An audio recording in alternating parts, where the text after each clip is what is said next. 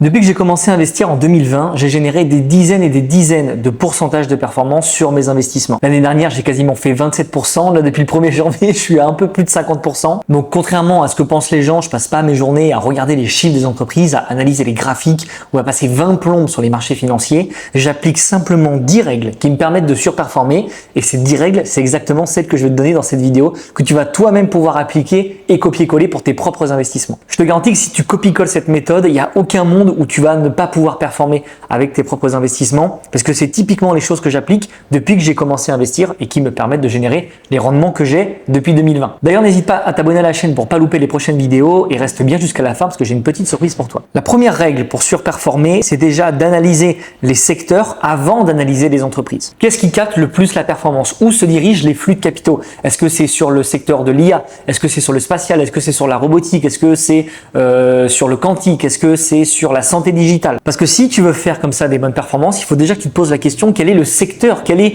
la dynamique du moment? Quelles sont les thématiques d'investissement qui captent le plus de performance à tel moment du cycle? Donc, c'est-à-dire, toi, quand tu veux commencer ou à quel moment là t'investis maintenant? Et pourquoi c'est super important de faire ça? Parce que sinon, tu risques d'analyser et de perdre du temps à regarder des entreprises qui sont peut-être saines sur le papier, qui sont bien financièrement parlant, mais qui ne captent aucune croissance et qui ne captent aucunement la liquidité des marchés aujourd'hui. Et c'est pour ça que tu te retrouves à avoir un debt portfolio, à avoir des actions qui composent ton portefeuille et qui font simplement du 3, du 4, du 5% par an, alors que tu as plein d'autres entreprises qui te passent sous le nez et qui font elles du 40, 50, 60, 100%, 200% sur une seule année. Et le problème, c'est que tu es jeune, tu as un profil de risque qui est dynamique, tu as la capacité de pouvoir investir des grosses sommes, donc c'est le total inverse de ce que tu dois viser toi normalement. Donc une fois que j'ai identifié les bons secteurs et ceux qui vont capter la performance dans les prochains mois ou les prochaines années, donc sur du 3 à 5 ans, après c'est beaucoup plus facile pour moi après d'aller chercher les meilleurs acteurs de chacun de ces secteurs-là pour après les mettre dans mon portefeuille et performer. La deuxième règle, c'est que je cherche toujours à savoir où vont aller les prochaines performances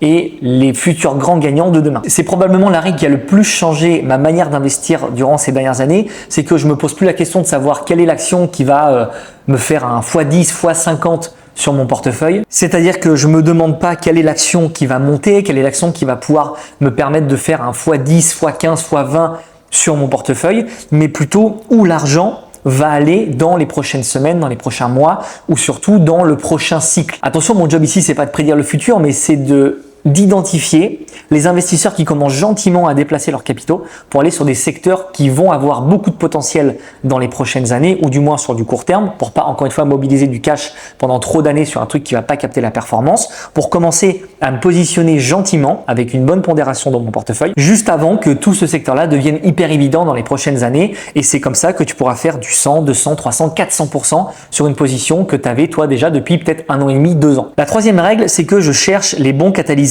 et pas simplement les bonnes entreprises. Pour performer, il suffit pas simplement d'avoir une bonne boîte dans ton portefeuille parce que sinon ça serait beaucoup trop simple et tu aurais déjà fait beaucoup plus de performance que ce que tu fais déjà aujourd'hui. Moi perso, quand j'analyse une société, je cherche toujours à savoir qu'est-ce qui ferait changer le marché d'avis sur cette position-là. Est-ce que ça peut complètement retourner positivement comme négativement l'action s'il y a une nouvelle technologie qui sort, s'il y a une accélération de la croissance, une nouvelle innovation, un changement réglementaire, une rotation de capitaux ou une entrée dans un nouvel indice type le S&P 500 ou le Nasdaq 100 comme on a eu récemment avec SpaceX ou même avec Marvel. Donc en gros, trouver quelque chose qui pourrait réévaluer l'action mais aussi tout le secteur et tout l'écosystème dans lequel elle évolue, parce que les grosses performances viennent de ça. Parce que encore une fois, si tu as une excellente entreprise sur le papier mais qu'il n'y a aucun catalyseur positif, qu'elle capte pas la croissance, qu'elle capte pas la performance, elle n'a aucune raison pour performer et pour t'amener les performances que toi tu aimerais avoir sur ton portefeuille. Donc avoir des bonnes entreprises c'est bien, mais les posséder au bon moment, au bon timing, c'est quand même beaucoup mieux et c'est vraiment ça qui va t'amener de la performance. La quatrième règle, c'est que je passe plus mon temps à comprendre les entreprises plutôt qu'à lire les chiffres. Je suis pas un putain de comptable en fait, c'est le truc qui m'intéresse le moins, mais déjà j'essaye de comprendre plusieurs choses en lien avec l'entreprise. J'essaye de comprendre ce qu'elle vend, qui sont ses clients et pourquoi les clients achètent chez eux, quel est le problème qu'elle résout, qu'est-ce qui la différencie de ses partenaires, etc. J'essaie simplement de faire un constat sur ce que fait l'entreprise, quel est le produit qu'elle propose, le service qu'elle délivre, qui sont ses partenaires, avec qui elle travaille, à qui elle vend les produits, quels problèmes concrets elle résout. Et c'est comme ça que déjà après, je sais si l'entreprise a un vrai potentiel ou si elle règle un vrai problème structurel. Et après, je regarde les chiffres. Mais je fais pas le problème inverse. Vous regardez déjà les chiffres et après vous essayez de savoir ce que fait l'entreprise. Mais faire ça, c'est le meilleur moyen pour passer à côté d'entreprises qui auraient pu te rapporter 100, 200, 300, 400% sur ton portefeuille. Il y a des entreprises qui sont ultra performantes, mais qui sont mauvaises financièrement. Donc si tu te focuses uniquement sur les ratios, sur les PER, sur les niveaux, entre guillemets, de valorisation tels qu'on a toujours connus et surtout qu'on utilise depuis 30 ou 40 ans, en fait, tu mets rien dans ton portefeuille. Que des entreprises de merde qui ne captent aucune croissance, donc tout l'inverse, en fait, de ce que je t'explique depuis tout à l'heure. Au bout d'un moment, si tu veux performer, t'as pas le choix. Tu peux pas te permettre de regarder les chiffres et que les chiffres exactement comme t'analysais une entreprise il y a 20 ans ou 30 ans en arrière. Ça marche pas comme ça aujourd'hui. Parce que les entreprises qui génèrent le plus de performance aujourd'hui, elles ne performent pas parce qu'elles ont les meilleurs chiffres et les meilleures données financières, mais c'est encore une fois pour les projections futures. Quand tu achètes une entreprise, tu n'achètes pas le prix par rapport à ce qu'elle vaut maintenant. Tu achètes une projection future de croissance future. Donc moi, si demain il y a une super entreprise que je veux mettre dans mon portefeuille parce qu'elle correspond à tous mes critères de recherche et de sélection, mais qu'elle a un PER par exemple de 90 ou de 100, j'en ai strictement rien à foutre parce que je n'achète pas ce qu'elle vaut maintenant, j'achète ce qu'elle va valoir dans quelques années. Et c'est ça le plus important pour moi. Et le problème, c'est qu'en faisant ça, en te focusant que sur les chiffres, tu es prêt à laisser énormément de performance de côté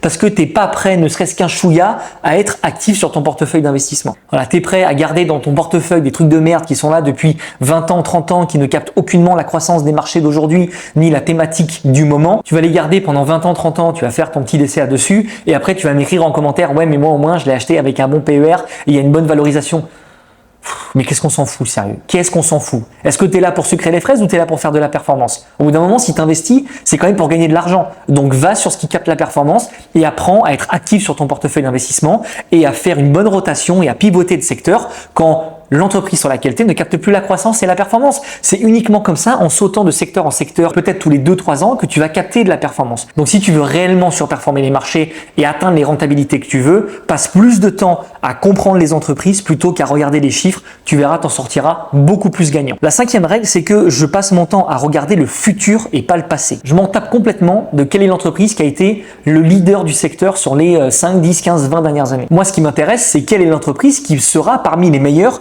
dans les 5 prochaines années. Pourquoi? Parce que les entreprises qui sont là depuis 20 ans, 30 ans sont généralement celles qui ont le moins de croissance à nous apporter maintenant. Et c'est tout à fait normal. Quand ça fait 30 ans que tu es le leader dans ton secteur, bah forcément, ta croissance, elle ralentit. Plus tu es là depuis longtemps et moins tu vas monter comme des entreprises qui sont en pleine balle et qui sont en train de tout exploser sur leur passage. Et ça, c'est tout à fait normal. Donc, c'est sûr que c'est un côté rassurant de se dire que tu investis dans une boîte qui est là depuis très longtemps, mais d'un autre côté, tu as 9 chances sur 10 derrière pour beaucoup moins performer que si tu allais sur d'autres secteurs qui sont peut-être plus récents. Mais encore une fois, c'est pas une question de plus risqué ou moins risqué, c'est juste une question de pondération et de comment tu structures ton portefeuille de manière globale et de quand tu vends et de quand tu achètes. C'est uniquement comme ça que tu pourras performer. Même si tu mets des acteurs qui sont vieillissants, le tout, c'est d'avoir une harmonie dans tout ce que tu construis dans ton allocation globale. La 6e règle, c'est que je construis un portefeuille et pas simplement une liste d'actions comme toi tu peux le faire ou comme font 99% des investisseurs en bourse. Pendant mes 12 premiers mois, c'est exactement comme ça que je pensais à faire mes investissements, c'est-à-dire à accumuler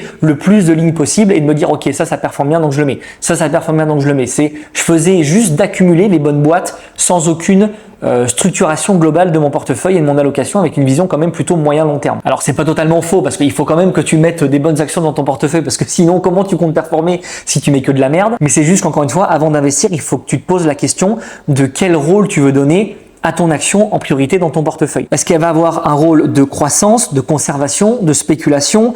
Quel est son niveau de risque? Quelle est la durée pendant laquelle tu vas la garder dans ton portefeuille? Et surtout, combien tu vas la pondérer pour qu'il y ait une bonne balance sur l'ensemble de ton allocation. Et la pondération, c'est vraiment l'une des parties la plus compliquée, mais surtout la plus importante parce que je te garantis que tu peux avoir une bête d'action, que ton action peut faire du 200%, mais si elle est mal pondérée ou trop sous-pondérée, bah, au final, ton portefeuille va faire quoi? Du 2 ou du 3%, ce qui est littéralement de la merde comparé à une action qui prend, elle, 200% sur la même période. Et au contraire, si tu la surpondères et que demain elle chute, elle va drainer à la baisse tout ton portefeuille parce qu'elle représentera une trop grosse partie. Donc le but c'est de jongler et de trouver un petit peu ce bon équilibre entre surpondéré et sous-pondéré. C'est la règle, c'est le truc le plus compliqué à faire, ça c'est clair, mais quand tu as l'expérience pour le faire, après c'est beaucoup plus facile pour toi et ça vient presque instinctif. La performance vient vraiment de la structuration du portefeuille et de la vision que tu donnes à chacune des actions et bien évidemment de tout le reste, de rentrer avec le bon timing, d'être exposé sur les bonnes thématiques du secteur au bon moment du cycle,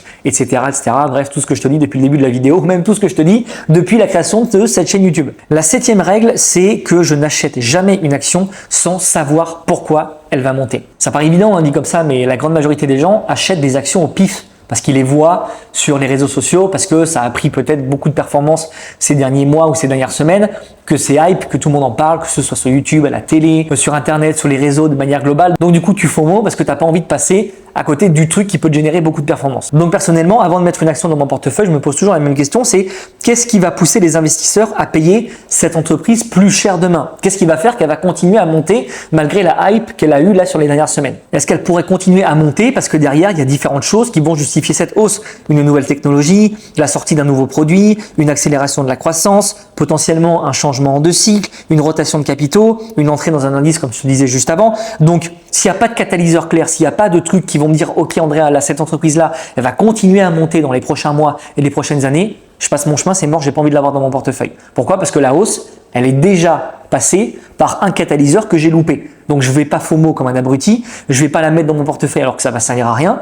S'il n'y a pas de vrai catalyseur, je la mets pas et je passe mon tour. Les opportunités, c'est pas ce qui manque. Il y en a littéralement toutes les semaines sur les marchés. Donc, je vais pas faire n'importe quoi pour déséquilibrer complètement mon portefeuille, investir des dizaines de milliers d'euros sur une position qui va soit flat, soit redescendre. Ça m'intéresse pas. La 8e règle, c'est que la volatilité, c'est ma meilleure amie, très clairement. Quand une action dans mon portefeuille baisse de moins 20%, par exemple, je considère pas ça comme un truc risqué. Enfin, ça n'augmente pas le risque sur mon portefeuille de manière globale. La première question que je me pose, c'est est-ce que ma thèse d'investissement sur cette entreprise-là, elle a changé ou est-ce que c'est simplement dû à un mouvement de marché aussi simple que ça? Si la thèse d'investissement n'a pas changé et que c'est simplement dû aux fluctuations du marché, alors c'est même une opportunité d'investissement. Je vais pas me chier dessus parce que mon truc a pris moins 20%, j'en ai rien à foutre. Pourquoi? Parce que c'est cette volatilité-là qui va m'amener de la performance derrière. C'est pas parce que tu vas mettre une action qui fait merdhuile en termes de graphique, donc en termes de volatilité, qui ne monte pas beaucoup, qui ne descend pas beaucoup. Moi, ça m'intéresse pas parce que je sais que derrière, il n'y a pas de volatilité, donc je vais pas chercher de rendement. Au contraire, si il y a des points bas qui sont de plus en plus hauts et des points hauts qui sont de plus en plus hauts, donc c'est très volatile, ça descend beaucoup, ça monte beaucoup, mais derrière c'est ça qui va me créer de la performance. Donc il n'y a aucun souci et la volatilité sera ta meilleure amie sur ton portefeuille d'investissement. Donc apprends à te familiariser avec la volatilité, voilà plus comme une amie plutôt que comme une ennemie, parce que c'est ça qui va t'amener de la performance et pas des actions hyper flat qui vont faire du 4 ou du 5% de performance par an. L'avant-dernière règle, c'est que je ne tombe jamais amoureux des entreprises que je mets dans mon portefeuille. Je vais tomber amoureux d'une thèse, d'un secteur, parce que c'est ça qui va capter la performance. Et si demain ça change, je me barre. Je ne vais pas rester sur un truc qui ne va plus capter la performance. C'est ça aussi le plus grand problème de la majorité des investisseurs, c'est qu'ils ont tendance à tomber trop amoureux de certaines entreprises et encore plus des entreprises françaises parce qu'ils disent ouais ça y est c'est cocorico. Si on n'investit pas dans les entreprises françaises alors qu'on est français, ça veut dire qu'on soutient pas notre économie. Franchement, je suis pas là pour faire du patriotisme d'investissement. Je suis là pour aller où il y a de la performance. J'investis, je suis là pour gagner de l'argent et pour rien d'autre. Je fais pas de bénévolat. Je suis là pour gagner de l'argent avant tout. Donc aujourd'hui, c'est les États-Unis et le marché de la tech qui captent la performance. Très bien, je le ponce à mort. Et si demain la thèse d'investissement change, qu'on part sur un autre secteur et que je sais pas, demain, je dis une connerie, c'est l'automobile français qui surperforme tous les marchés, et bien dans ce cas-là, j'irai mettre tout mon argent sur l'automobile français. C'est aussi simple que ça. Je vais là où il y a de la performance. Il y a des entreprises que j'aime beaucoup dans mon portefeuille, oui c'est sûr, que j'ai depuis longtemps, dans lesquelles j'ai beaucoup de convictions, mais si demain la thèse elle devient complètement nulle à chier, que c'est complètement pourri, ben, je vais changer, je vais pas garder un truc dans mon portefeuille qui ne performe pas, mobiliser des dizaines de milliers d'euros dessus, juste parce que j'aime l'action. Tu vois bien que ça n'a aucun sens. Faut pas être dans l'émotion en bourse, il faut vraiment avoir les pieds sur terre, il faut être pragmatique, il faut pas mettre d'émotion, il faut aussi être humble, parce que la bourse tu peux beaucoup gagner, mais tu peux aussi beaucoup perdre. Le marché peut te donner beaucoup, mais peut te reprendre aussi vite que ce qu'il t'a donné. Donc, on fait de la perf, c'est trop bien, franchement, bravo, on est super content, mais on ne reste pas amoureux d'un secteur en particulier. Moi, je suis là pour m'adapter en fonction de ce que me donne le marché, de ce qu'il a à m'offrir, Quand demain la tech US ne performera plus, j'irai voir ailleurs. C'est aussi simple que ça et c'est comme ça que tu dois performer. Tu dois te détacher, ne pas rentrer dans l'émotionnel, être pragmatique et juste regarder ce qui fonctionne et là où va la performance. Et enfin, la dernière règle, qui est pour moi, je pense, la plus importante, c'est que je pense comme un investisseur moderne et comme un investisseur 2.0. Un investisseur 2.0, c'est pas quelqu'un qui va acheter une entreprise et qui va la laisser dans son portefeuille de manière passive pendant 10, 15 ou 20 ans. Un investisseur moderne, c'est quelqu'un qui comprend le monde dans lequel il évolue, qui est capable de s'adapter au cycle dans lequel on est, qui est capable de pivoter son portefeuille, d'être dynamique dans ses investissements et surtout qui comprend les tendances qui émergent sur le marché à tel moment du cycle. Moi, personnellement, je suis totalement OK et prêt à investir dans une entreprise qui n'est pas 100% saine financièrement, mais qui a une place prépondérante dans le futur qu'on va connaître dans les prochaines années. Parce qu'au final, moi, ce qui m'intéresse, c'est pas d'acheter des entreprises avec lesquelles je suis le plus confortable, mais celles qui vont me permettre de générer du 50, 100, 200, 300, 400% de performance sur toute la durée de détention de ces entreprises dans mon portefeuille. C'est exactement ça la vision d'un investisseur 2.0, c'est qu'il comprend le monde dans lequel il évolue, il repère les tendances avant la majorité, il comprend les cycles et surtout, il adapte son portefeuille quand le marché évolue. C'est ça le plus important. Et il faut bien comprendre que malheureusement, la bourse ne récompense pas forcément les personnes qui attendent le plus, donc qui investissent passivement pendant 15 ans ou 20 ans, mais plutôt les investisseurs qui vont être capables d'être dynamiques sur leurs investissements, de pivoter quand il faut et d'avoir une vraie bonne stratégie d'investissement active et surtout celui qui comprend le monde dans lequel il évolue. Donc si je devais résumer tout ça, c'est en 10 points, c'est que vraiment le mot d'ordre, c'est que la performance ne vient jamais d'une action et qu'il y a beaucoup d'autres choses à aller implémenter derrière si tu veux devenir un investisseur ultra performant. C'est grâce en implémentant ces 10 règles-là que tu vas pouvoir enfin performer avec tes investissements comme je le fais depuis que j'ai commencé à savoir 2020. Si tu es resté jusqu'à la fin de cette vidéo, félicitations puisque je t'avais dit en introduction que j'avais une petite surprise pour toi. Je t'ai préparé un document spécial dans lequel je te partage les différentes thématiques d'investissement que je cible et qui ont le plus de potentiel de hausse dans les 2-3 prochaines années. Donc si tu veux le recevoir, c'est très simple, tu as juste à m'envoyer surperformer sur Instagram et je te l'enverrai directement en DM. Voilà, c'est tout pour cette vidéo, j'espère que ça t'aura plu. Je te garantis que si tu appliques à la lettre ces 10 règles d'investissement, tu vas surperformer et tu vas exploser tes performances à la hausse, ça je te le garantis. N'hésite pas à t'abonner, liker et à commenter cette vidéo. Si tu as la moindre question, je réponds à tout le monde. Je te souhaite une bonne fin de journée, peu importe quand est-ce que tu regardes cette vidéo. Et moi, je te dis à la prochaine pour une nouvelle vidéo.